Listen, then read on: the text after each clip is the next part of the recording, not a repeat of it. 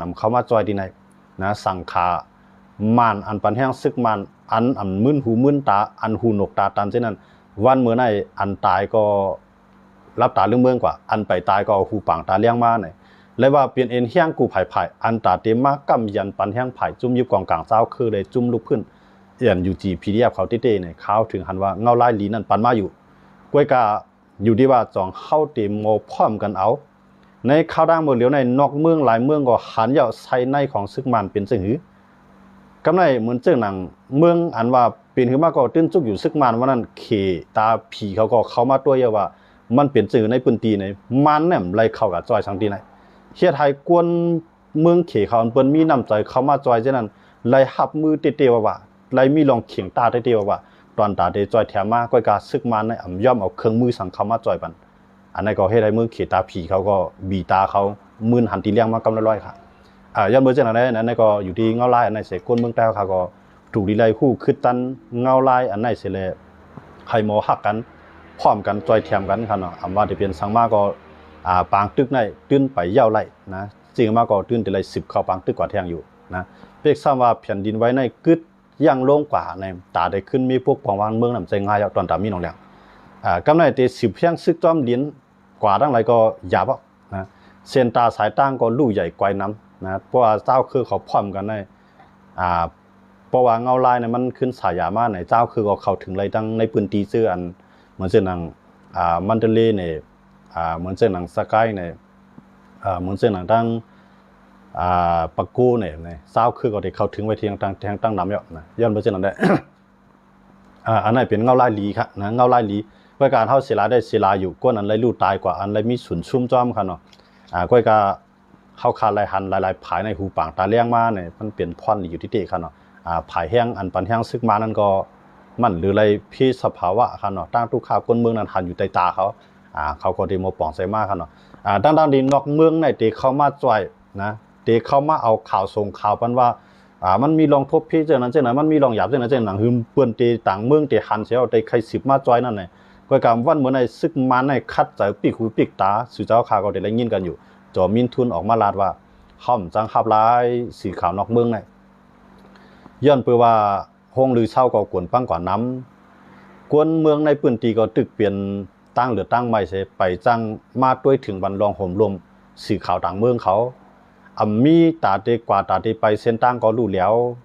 เขานำตั้งกินก็หายากย้อนเมื่อเช่นนั้นแหละเอาลองตั้งอันไหนเสจังขับสีขาวนอกเมืองจังปันขว้างสีขาวนอกเมืองอันในจอมินทุนไอนากรรมลำชานั่นออกมาลัดป้าไปลองเจ้าไหนพี่น้องเขาหลายๆก็ได้เลยถอมและยินกันครับย้อนเบอร์เจ้านั้นเสร็จแล้ววันเมื่อนั้นได้ก็คำขึ้นได้ก็พี่น้องเขาหลายๆก็ได้เลยถอมและยินกันมาลองอิงสันแผ่นดินไว้มาหลายวันยาวเนี่ยคำขึ้นได้ก็เขาเด็กกึดยังลือที่ในเสยินจมขอบใส่ใหญ่น้ำพี่น้องเขาตีเข้ามาปันแห่งกันว่าเขาคาอยู่ที่แล้วให้เขาคาหมอพร้อมกันหมอจอยเทียมกันเสกัมในครับเนาะไม่สูงกันกูก็กูเจ้าที่เข้ามาปัญหากันในคำขึ้นในไม่สูงครับ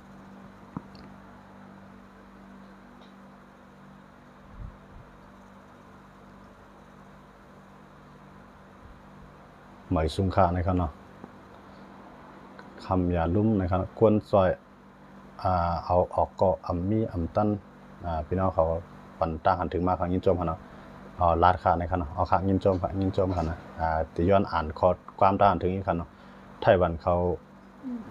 มาจอยก้นทบพีในเมืองโฮมตุนไอป๊อกปันเข้ามา2ใจตีค้าใจจอมค่าในเป็นรองหมันแม่นครับเขาห้างแห่นไว้คู่ของ2เครื่องบิน2ลำเนาะเครื่องบิน2ลำแต่ได้มาจอยเงินหลายล้านครับนะก็กะว่าเมืองมานหับย้อนเปิดกูเมืองขี่นั่นขนาดเนาะไม่สูงค่าใจจอมเมืองมันตะเลในเปลี่ยนหือพองค่าใจจอมค่ะมันตะเลได้หมดเลยได้ก็เลยว่าเปลี่ยนอันสุขหูไม่ใจได้เดียวว่าเนาะอันเป็นคู่เก่าคู่กี่คู่เก่าคู่กวนคู่มือกวนมือมื่นก็ไกวกับมดแล้วครับกวนปั้งกว่าลูกเลี้ยวตั้งนำพันเนาะบางตึกกำผาปอก3จองมีตื้อตั้งเปลี่ยนมาค่าเนี่ยมือเลี้ยวในลองปังตึกกำผาปอก3ในที่เปลี่ยนอยู่ที่โดนัลด์ทรัมป์และปูตินเนาะ2ก้อนในมือเลี้ยวในเคียงกันมาอยู่ลองความรัดความจาคา2ก้อค่ะเนาะเมืองตั้งในเมืองหังอุกกันไล่มาจำใจกันมาก้อยกะวันเมื่อในคืนไล่เขามางอนกันนั่นเนาะเขาว่าจะเรียกใจน้อยต่อกันตั้ง ปูตินก็ไล่ซึมไล่คืมข่าว2ไล่2ข่าวว่าก้อยก็ว่าตุนุธรรมก็ว่าเปลี่ยนไล่ปันไล่ปูตินเนี่ยใครลองงำเย็น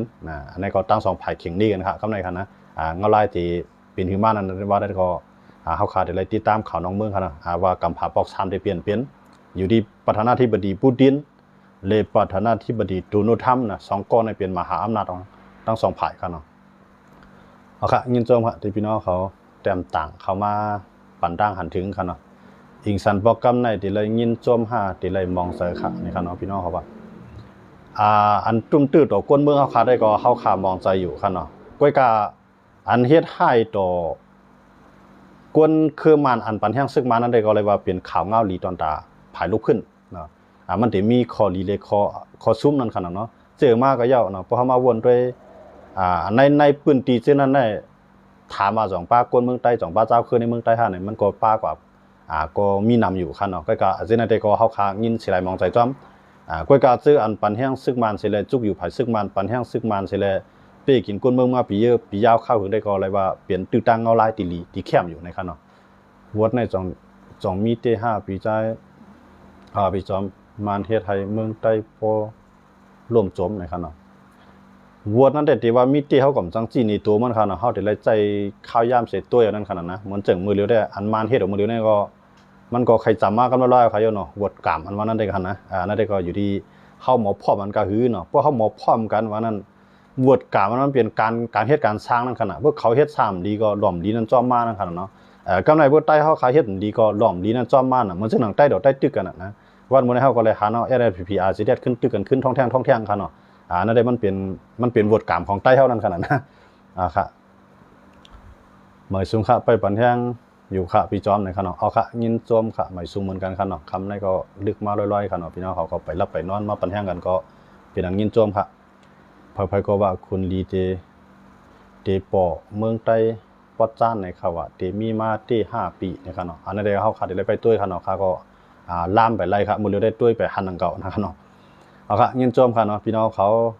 อันตอนมาของตอนของผักกองยินจมค่ะว่าที่เป็นหมอกกุหลาบมาโคเซอร์ปันแท่งกันมาเส้นในกองยินจมด้วยกันเนาะ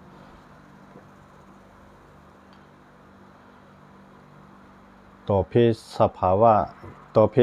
ะยังอำหับไล่เฮ็ดมีหนองเหลียงนะเอาค่ะเมียนค่ะนะมันมีไผหับไล่ค่ะไล่มีหนองเหลียงเฮ็ดในค่ะนะตอนนั้นกวนยามปันแท่งมันก็หับไล่ค่ะริมดีในลูกล่างนางเมฆวันมื้อน้ำหับไล่แท้นั้นไล่เฮ็ดมันในค่ะนะมีหนองเหลียงค่ะนะยินดีด้วยครับในค่ะเนาะเอาค่ะยินจมค่ะคาว่าได้ปล่อยสั่งร้องในลีลือเยามื้อเลียวในค่ะเนาะเอาค่ะเจออันเจนั้นได้ปล่อยสั่งร้องได้ที่เขาไปจังกึดลือมังโกเขาเลยหางเฮียนไปเอานั่นขนาดเนาะไล่ชื่อไว้โคร้องว่าไล่ชื่อไว้สปีดสังการว่ายังอ่านไว้เฮ็ดนั้นมันจังกึดนั่นขนาดเนาะอันนั้นก็ยืนยันว่าใต้เฮาเตรียมเอามาเปลี่ยนลองผิดกันยันเบิ่มันนั่นขนาดเนาะมังโกเนี่ยมันตึกจริงปล่อยสั่งร้องแต่เนี่ยมันตื่นแต่ละเฮ็ด3วันที่มันตื่นได้เฮ็ด3วันได้เฮ็ดนะวันขามแขกเนาะวันเอาสั่งร้องว่าวันขามแขกว่าวันดูมันว่าใน3วันคั่นน่ะเพราะว่ามันอะไรเหมือนเจังว่าเขาบ่หางเฮียนไว้หมดเขาบ่เฮ็ดว่าเรื่องเลยแผ่นดินซะมาไว้ให้ในเขาก็จังกึดกับเอาคั่นน่ะมันไปไล่ดูไปเย้าไปยานั่นคั่นน่ะเนาะอันนั้นก็ลองนึงตีว่าปล่อยสั่งร้องแต่มันจังกึดกำไดมังผายนะครับเขาลาดวันมันแล้วเฮ็ดลิผิดหมอกถึงกูเคลื่อนเนาะนะกำไดครับอันเปิ้นเฮ็ดสั่งร้องนั่นก็ซื้อไว้หมดคู่ของนั่นพวกเฮ็ดก็มันตั้งว่าซ้ำซุ่มหลายนี่อันนั้นก็จังเฮ็ดก็กะละเฮ็ดเนาะสังเกตว่ามันไปได้หางเฮียนสายเมียวนั่นได้เขาก็เตรียมเฮ็ดแล้วนั่นก็ขยิมยามาใต้ก็เตรียมอำนาจถือหมอกนั่นเก่าคั่นเนาะก็การจังนั้นมันหลายๆภายมันทำลายหางเฮียนไว้เนี่ยมันก็จำเป็นกะละเฮ็ดเนี่ยในก็ป้องใจบันกันเนาะจังคือล่ะในมันจังเฮาค่ะมีลูกชายกองอ่านเอาเฮ็ดร้องเนาะเฮาสังว่าเป็นตัวเฮาค่ะเฮาซื้อไว้หมดสังการว่าตนตั้งหรูว่ากูสิกูลองหางเฮียนไว้หมดเงินก็จ่ายกว่าก็ในบ่มไรเฮ็ดในซ้ำเดียวโคร้องมาสังการมากองไว้ดีเฮือเนาะมันก็ใครมาเก็บไว้นั่นขนาดเนาะแต่ว่ามันก็กะละเฮ็ดกว่าก็ว่าอย่าเปียวต่างเนื้อเฟียดเนื้อลายก็เย้านั่นขนาดเนาะมันจังคือมันห้ามแล้วขนาดเนาะมันเจนได้มันมีปัญกูภายมันมีปัญหามันจังว่าไปเลยหางเฮียนสั่งให้น่ะอ่านตึกยังอ่านเฮ็ดตอนตาเรือนหน้าเรือนในไปเลยหางเฮียนสั่งไปเลยชื่อสั่งมียังอ่านไว้กล้วยน่ะแต่อันนั้นได้ใครอยู่ยามว่าเขาก็เต็มเฮ็ดเอาคั่นเนาะบ่เหลือในเพิ่นก็ที่ว่าทั้งเฮานั่นขนาดเนาะเอาค่ะยินจมใหญ่ๆนำค่ะไม่สูงค่ะนอนรับพันดีค่ะพี่จอบเอาค่ะยินจมเหมือนกันครับพี่น้องเขามื้อเร็วก็ที่ไล่11:00นคั่นนั่นน่ะเป้าขึงบ่นานเนาะคั่นนั่นน่ะ เอาค่ะยินจมค่ะหมายสุงค่าปันแห้งใจค่ะในคณะเอาค่ะยินจมค่ะ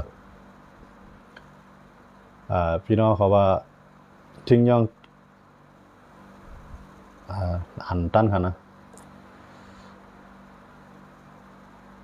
หมายสูงค่าข่าวเข้มอยู่กูลองค่ะในคณะครั้งยินจมเหมือนกันค่ะยินจมที่ปันแห้งยินจมที่ปันของตอนของฝากค่ะเนาะพบปันแห้งกันมากก็พบปันแห้งกันก็ปันมากหมอกกู้หลับก็ไล่มาคู่ใจแค้นจมในค่ะเนาะอันไรก็จมก่อนค่ะเตรียมต่างมากก็ไล่เตรียมต่างมากก็ยินจมอยู่ค่ะมันนั่งปันแห้งกันก็เป็นแห้งใจค่ะเนาะพบปันมากหมอกกู้หลับมาคู่ใจก็แค้นเข้มในค่ะเนาะอันนี้ก็ยินจมขอบใจนำพี่น้องเขากู้เกาะค่ะเนาะแห้งใจก็ลองใหญ่ค่ะเนาะเอาค่ะยินจมค่ะที่ทิ้งย่องติ๊กละใต้เฮาเตในค่ะเนาะอันนั้นก็พอถามว่าพอถามว่าอันเฮ็ดทิ้งย่องในต้องรีเคียดท่านะแต่สังว่าไรหางเฮียนไว้อ่อนตั้งเฮาแต่อำรีเคียดในค่ะเนาะค่ะได้ใครตอบจังได๋คั่นนะก็บ่ไรหางเฮียนซื้อไว้เอาในเตรียมเฮ็ดของสำบ่เสียเงินเอาขนาดนะมันก็กะไรลำตือลำตันเฮ็ดกว่านั่นฮู้ว่าเปิ้นได้ป้องได้ลาเฮาก็มั่นใจอยู่นั่นขนาดเนาะบางเมลจังได๋คั่นนะอันนี้ก็ป้องใจบันกันนี่ปวดในลูกเรือนสีนั่นก็ได้เสียงของค่ะเนาะอองซันชูจีติไลออกอยู่ค่าปีนี้มือเลือได้ละลายภายในทุกย้อนข่าวให้อองซันชูจีไลออกคณะก็ว่าคำย่อมปล่อยครับมือเลือในซึกมาในย่ำลาดก่อนว่าอองซันชูจีมีติไลพยายามฮู้ครับมาแล้วอเมริกันได้ปันแห้ง NUG เขาใส่เตอยู่ค่าเนี่ยอเมริกันได้เขาก็ปันแห้ง NUG มาคือเขาก็คำปันเตปันว่านั่นขนาดปันเขาปันแห้งมาคือเขานะก็คำจ้อยเตจ้อยว่าสังว่าเขาจ้อยเตจ้อยว่าเหมือนเจ้าหนังรัสเซียเขาเหมือนเจ้าหนังจ้อยเหมือนเจ้าหนังอเมริกันจ้อยยูเครนเขานั่นแหละมือเดือนใน NUG เขาก็บ่ปี้เอาค่ะเนาะแต่ว่า NUG เขาก็ตึงมีตั้งอยู่ย่ำตั้งน้ำหนึ่งในขำลงแรงกันตั้งอันจุ่มยิบกองกลางเจ้าคือจะลุกพื้นในสังเกตว่าตึกเป้ไรมาศูนย์เท่าไรสังเต้ศูนย์สูไรสังเต้เมืองสู่ถึงทีไรเต้เมืองเฮาถึงทีไรเต้เนี่ยมันทุกลงอะไรที่ไหนยันบ่จังอะไรมือเลี้ยวใน NUG ก็หลอกเจ้าคือเขาเอาเจ้าคือเขาในเป็นเครื่องมือเว้เนาะยันบ่จังไหนดอกว่าเฮียง NUG เนี่ยเป็นน้ำท่วนสังเกตว่า NUG เนี่ยมาเข้าหากลุ่มกูจุ่มกูเจ้าคือจะยุบกองกลางลุกพื้นนะสังว่าเฮาตึกเป้ไรซึกมันมาในสู่แล้วเฮาในมาโหมันตังลงบองจึงบ่ว่าโหมันตังลงบองจึงเจอจ้าดอกเนาะเขาว่ารัฐบาลแห่งชาติบนความไทยหั่นนะพวกมาโหมันตึงตั้งลงปองจึงเจอจ้าดอกในมื้อนั้นเฮามาเมียงกันลองอุบเปิงกันแจกพีอาหนากันปุ้นพรพระมิสังเนี่ยเพราะว่าเขาใครเฮ็ดเต้ๆในอันอยู่จีเขาในเขาเฮ็ดไรค่ะมื้อในก็กับมื้อในอันอยู่จีในคำใครจากนั้นจึงเขาตึกใครเอาว่าต้ามานเป็นใหญ่อยู่เหมือนเก่าก็เขาใครปากแวซึกมานะให้เขาขึ้นว่าเป็นลงปองจึงไงเจ้าคือจังได๋ก็บ่ใครพ่อมันก็พ่อไม่เปิ้มพ่อมันก็วันมื้อน่ะเขาก็ได้ตึกหรอเจ้าคือแทงไว้มันตึกเป็นจังได๋ลองจังได๋NUG มันไปแก่นแข็งเต้ๆคั่นเนาะมื้อนี้มันมาหลูปืนเจ้าคือเลยมันโกโมต่อเจ้าคืออันในนอกเมืองก็ด้วยหันมันลองจังได๋สิเลยเขาก็ไปจังปันแห้งมันเต้ๆค่ะอันนี้ก็ย้อนตอบปันพี่น้องเขาที่ถามมาว่าอเมริกันได้จอย NUG เขาอยู่ห้านมันนั้นเขาจอยได้เขาจอยอยู่ค่ะก็ว่าเขาไปจอยเต็มทวนนะเขาไปมีลองไว้บ้างใจเต้ๆนั่นขนาดเนาะเอาค่ะยินโจมพี่น้องเขาก็คั่นนะเขียนทางนี้จัดงานปล่อยสั่งลองทางนู้นน่าจะส่งจิตอนุโมทนาบุญร่วมเราเด็กกับติดลบนะครับเนาะค่ะนั่นแหละมันมีกันนำค่ะนะพี่เรารออยู่ทุกวันนี้เพราะเราชอบสะสมบุญไม่อย่างนั้นเราก็คงได้ไปอยู่ใต้ตึกถล่มแล้วก็เปลี่ยนได้นะเอาค่ะนั่นได้อยู่ที่ตั้งหยุ่มยามาก้อนหนึ่งในก้อนหนึ่งค่ะเนาะหมายสูงกลางคำค่ะพี่จอมในค่ะเนาะเอาค่ะหมายสูงเหมือนกันเขายินจมตีเขามาปั่นแห่งกันเนาะข้าวยามในก่อนลึกมาพี่น้องเขาก็ไปรับไปนอนก็เป็นแห่งใจกันเนาะซับเลี้ยงเจียงเลี้ยงลีนะคะพี่จอมในค่ะเนาะเอาค่ะยินจมค่ะนะยินจมที่ปั่นแห่งกันยินจมที่เตรียมต่างเข้ามาค่ะเนาะยินโจมปลาอันตอนมาของตอนของฝากค่ะนะอันติ๊กปันหมักหัวใจตีน้ำมือถือในกองยินโจมค่ะมันเป็นสีสันตั้งหางเรียนนึงค่ะเนาะเพราะเขาจิ้มบันทีหน้าจอมือถือในมันก็ตีให้ไทยหมักหัวใจขึ้นมาทั้งค้างเลยค่ะนะซ้ำอ่ำย่ามีนของเหลียงเนาะในขาเขาตึกพิจใจว่าในแห่งแลเจ้าลีพีเมียในตึกกับจุกอยู่ภายซึกมาเนาะในเขาที่ว่าในเมื่อกี้เนี่ยเตมันในมันหลุป้ามันกว่าคือหนาเยอะว่ามีของเหลียงเลยนะหมายซุ้มค่าในครับเนาะเอาค่าหมายซุ้มเหมือนกันครับหมายซุ้มค่านะหมายซุ้มพี่น้องเขากุเกาะครับเนาะที่เตรียมต่างเขามาปั่นด่างหันถึงกันนะครับเนาะอยู่ที่ใดก็เปลี่ยนใต้อยู่ที่ใดก็หักกันครับเนาะเอาค่ะยินโจมตีตอนมาปั่นของฝากแทงอันนึงครับเนาะเอาค่ะยินโจม กูเกาะค่ะเนาะปีใจจอมปีใจจอมโมพิจัยเสนะครับฮะมันก็มันเป็นธรรมดามันขนาดเนาะกวนเขาขนาดนะเพราะว่ามันเป็นพ่อนลีตาเฮาเนี่ยเฮาก็โจมเขานะเพราะมันเป็นพ่อนลีตาเขาเฮาก็โจมก็กะว่าพวกมันเป็นพ่อนลีตาเขาเป็นพ่อนลีตาเฮาได้ของเฮาคาสำใจยาหันตาขนาดนะเพราะเขาหลามากก็เลยตอบขึ้นนะเป็นสภาวะกวนเขาค่ะเนาะคำใจจำเมียดยาวกับใจยาหันตาขนาดนะลองตานากิดิสาก็มีอยู่เนาะเฮาว่ากวนเขานะว่าได้เป็นรอบภาพโมหะมันก็ถึงมีนั่นขนาดเนาะเมืองไทยซ้ำเฮ็ดปล่อยเนาะในขณะมันใจกลางเมืองไทยครับเมืองใต้ก็ตึกเครียดเอาข่าวมื้อเดียวนะตึกเครียดอะไรจีเวียงครับตั้งย่านในตึกเครียดตั้งขึ้นตั้งวันนั่นหาในมื้อเดียวมันใจที่เมืองไทยก็มันมีกุฏิครับใต้เขาเนี่ยนะแต่ว่าไม่เปิ้นก็ถึงเฮาไม่เฮาก็ไม่ถึงเปิ้นในนั้นขนาดเนาะวันนึงมาก็ใต้เฮาก็ได้ปองใจกล้วยค่ะเนาะมันใจขนาดนะเขาว่าเป็นกวนเฮ็ดเปลี่ยนกล้วยพิสภาวะนี่มันใจกวนเฮ็ดเปลี่ยนครับมันเป็นกำผาเฮาครับมันเปลี่ยนมาค่ะเนาะกำผาเฮาครับมันเปลี่ยนมากวนเฮ็ดเปลี่ยนได้สังว่ากวนเฮ็ดเปลี่ยนไรเหมือนเสียงหนังอันเฮ็ดมื้อเดียวนี่มันหลุดตาบกับเคลื่อนเหลียงกับเหนียวค่ะนะตาบันลุกล่างนางเมนั่นยันจอหน้ากับเหลียวน่ะได้เลียนะเพิ่นกวนเฮ็ดเปลี่ยนนะมันใจพเฮ็ดเปลี่ยนไรค่ะเลยลำลีออกมามังไงมันใช่ค่ะเลยเนาะนั่นพี่น้องเขาว่าเรากวนเฮ็ดเปลี่ยนมันหนึใจค่ะนะโลเฮ็ดเสียงหนังซึกเก้าก้าง1ค่ะเนาะห้ามลองเฮ็ดปล่อยนี่ค่ะเนาะเอาค่ะแม่นนะคะเนาะเพราะว่ามันจังข่าวว่านั่นน่ะเพราะว่ามันไล่ซื้อมาห่างเฮียนไปเอาในเตรียมเฮ็ดในก็สำจังนั่นขนาดแต่ว่าเฮ็ดแล้วเฮาหลุมบ่เฮ็ดจังล่ะในอย่าไปต่างเนื้อเฟซเนื้อลายก็ไผมันเฮาค่ะนะเฮาเฮ็ดเอาในวันในเวียงเฮาก็อย่าไปกระต่างเนื้อเฟซเนื้อลายก็ไปก็มันเฮาก็เนาะมันเพื่อสังเกตว่าบ่ไล่ห่างเฮียนสายเมียวนะโคดูโคตันก็บ่ไล่ซื้อไว้เงินก็บ่ไล่จ่ายไว้จังซี่จังได๋มันรู้เฮ็ดอ่ะนะคาถึงลาดว่ามันดีเฮ็ดอ่ะเนาะก็ก็ว่าเฮาไล่ซื้อไล่จ่ายเตรียมเฮ็ดก็สำจังน่ะเงินเฮาก็เสียงอ่ะนะลูกหลานเฮาก็จำพูดหางเฮียนไปนั่นขนาดนั้นจังได๋ก็เฮาว่าตั้ง2ฝ่ายก่อนกันป้องใจนึงกันเนี่ยอันว่าลีเฮียในก็ได้มีอันว่าลีเฮียในก็ได้มีก็กะพวกไปเลยหางเฮียนทางเสียเมียวได้คาดบ่นว่าลีเฮียในคายามในนั่นขนาดเนาะไอ้ปอกในอาสักยาวหนาเนาะยาวหนาเนาะมื้อละติไกวใจว่านะครับคาดถึงว่าในผิงอะไรในทำสำไปมาของก็ละในมีหนเลี้ยงคั่นนะแม่นได้เขาอย่าไปต่างเตติลีคาเนาะแม่นที่เขาเอาคันยินจมค่ะข้าวกูก้นนอกเมืองมาหันใต้ตึกเฮ็ดป้อยอยู่ข้าวก็วนจังนั้นเขาก็มันใจคือขนาดเนาะเขาก็มาหางแฮนไปนั่นน่ะเนาะอำญามีหนองเลียงเป็นสังมันเตไล่หันเมืองมันลู่แท่งนี่ค่ะเนาะเอาค่ะพี่จอมค่ะอันว่าโคลายปล่อยหมากใส่โคเขียวตีปังเกตู้อันว่านั่นสองใจลองตีค่า5นี่ค่ะเนาะข่าววนว่าอยู่ดีๆโคลายก็ปล่อยซะได้มันเต็มไปเปลี่ยนไรครับนะมันจะเป็นมือที่3เข้ามานั่นคือได้สร้างสถานการณ์ให้ใต้ละยื้อกันกับในทางภายนึงก็เอาลองตั้งอันว่าซีเรียสในปล่อยหมากใส่ cover นั่นคือได้จังเพิ่มแถมแห่งซึกเสิเลยควักหน้าลิ้นหน้าตีแท่งคาร์บอนนั้นเป็นมือที่3ก็นะนั้นมันเด่นใจนำใจโคลายใครเปลี่ยนดังดีขาดด้วยมาในโคลายในมันปลายคู่เขียวในนั่นคือเตรียมได้ตึกกันใต้ต่อใต้ในมันเหมือนเสียงหนังมานปลายเหมือนเสียงหนังใต้ปลายมานมือกูปองคั่นเนี่ยมันกูเลยปลายห่ำใจนะพวกก็ตึกกันมาจำวันที่แล้วในคู่เขียวเขาซ้ำกับหาเงียบแจ็ดเงียบถามคิงกลางคิงกี่อันมัดก็มัดอันโปก็โปมันมีมาจากไหนเนาะภายนึงก็ป้ายนะอันว่าหางหมากใส่ตืดหมากใส่ว่าได้หมากปก็ได้มีอยู่ยันเบอร์เฮาเนี่ยเขาก็จ้อมลืมล่ำเฮ็ดจังหนังมาล่ำพานในเถื่อนนั่นขนาดนะว่าพานในมันกว่ากัดตึกก็มันจังขึ้นแคกขึ้นมานั่นขนาดนะมันก็เป็นจังนั้นนึงก็เนาะหมายสงครามวิจัยจอมเนี่ยเขาออกข่าวหมายสมเหมือนกันค่ะนะยินจอมค่ะนะข่าวก็วนมันวิจัยจอมมือที่3ค่ะแม่นค่ะคัดด้วยได้ใต้ได้ทั้ง2ฝ่ายในอันเป็นน้ำใจใต้ได้มันใครพ่อมันเนาะค่ะนะก้อยกามังโก้ในมันไล่กินเงินในเหตุการณ์มันเปื้อนน่ะนะกินข้าวใต้เหตุการณ์เปื้อนน่ะมังโก้สร้างเปิ้นมาอยู่ทางในลงตื้นล่างในเฮานั่นคือเดียวลองตั้งให้เฮาผิดกันนั่นสิเลยควักนาฬินาตีเพราะว่าเฮาตึกกันในเพราะว่าเฮามันมีลองมีตั้งได้ตึกกันในเปิ้นจังสงแฮงซึกเปิ้นมาอยู่ไว้เอาแฮงบ่ในกำไว้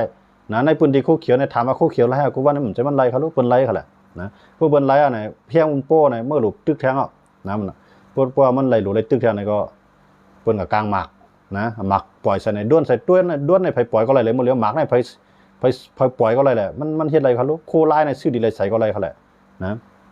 ก็เนี่ยปล่อยมาตุ้มตามก็โคลายปล่อยในเมื่อกับมากองมีก็ได้ถูกบ่ก้นมีก็ได้จ้อยเพิ่นให้เพิ่นเลยนาทีแทงกองเอาเข้ามาขับมือก่อนเข้ามาก็ตายก่อนไล่ปลายก็ปลายป่วนก็ตายช่วงนั้น2ฝ่ายนะเฮานะจึงคือเฮาดังว่าเขาวนว่ามันเป็นมันจังหนังก้นเหตุการณ์ไปมังมีเขาเนี่ยพวกเขาเลยนาทีนำว่าเขาขุดพลอยขุดทันหิน เก็บขวัญเนาะเก็บขวัญหาเงินเก็บขวัญไล่เลยเงินดังนำดังหลายเขาลูกกำไรป่าไม้หายแทงขนาดนะพวกเขาผิดกันในบนไรทีเดียวนะก็ในพวกเขาใต้เขาตันเกมกันเมืองมันว่าเขากันผิดกันทีเดียวนะผิดกันทีเดียวสู้ไม่ได้ขนาดนะเมื่อเขายี่กันตีสีป้อนั่นเข้าหันลีน่ะค่ะมือที่3เปลี่ยนมันตับหนองกอค่ะเนี่ยมันเปลี่ยนอะไรสูงนะครับข้าววนว่าใต้ได้มันหักกันข้าย้ำหน่อยนะมันก็ไข่พร้อมกันก้อยกามันจะหนังใต้ฮะใต้ได้เป็นใต้แล้วก็ใต้นุ่งคู่ใต้เฮ็ดจอมพิงพิงทุ่งใต้ก้อยกาว่าการนั้นมันหลูเฮ็ดเงินนั้นมันหลูไรนั่นมันมีโปรเลี้ยงมันแทงกองมันจะหนังอยู่ดูแดงค่าอยู่จอมไทยนะโปรเลี้ยงค่าเป็นไทยไอแทงกองอยู่จอมมานโปรเลี้ยงเป็นมานสังว่าเขาผิดกันมาเนี่ยมันก็การเดลจอยโปรเลี้ยงมันเป็นมานนั่นไอใต้ก้อยกามันกับลุงโปรเลี้ยงเป็นมานเขาเนาะสังว่าโปรเลี้ยงค่าซ้ำเป็นไทยโปรเลี้ยงมันเป็นมานฮะเนาะโปรเลี้ยง5 2ก็ผิดกันห้าทั้ง2ก็เป็นลูกน้องในห้าเป็นใต้กันถามว่า5 ได้จอยครับโปรเลี้ยง5นั่นก็โปรเลี้ยงห้ามจ่ายเงินเดือนเขาแล้วโปรเลี้ยงไทยซ้ำจ่ายเงินเดือนค่าโปรเลี้ยงมันซ้ำจ่ายเงินเดือนใต้ก็ไอแทงก็เนี่ยใต้ก็ค่าแทงก็ในใต้กันได้เหรอนะมันก็อะไรมาเก็บเคมันโปรเลี้ยงมัน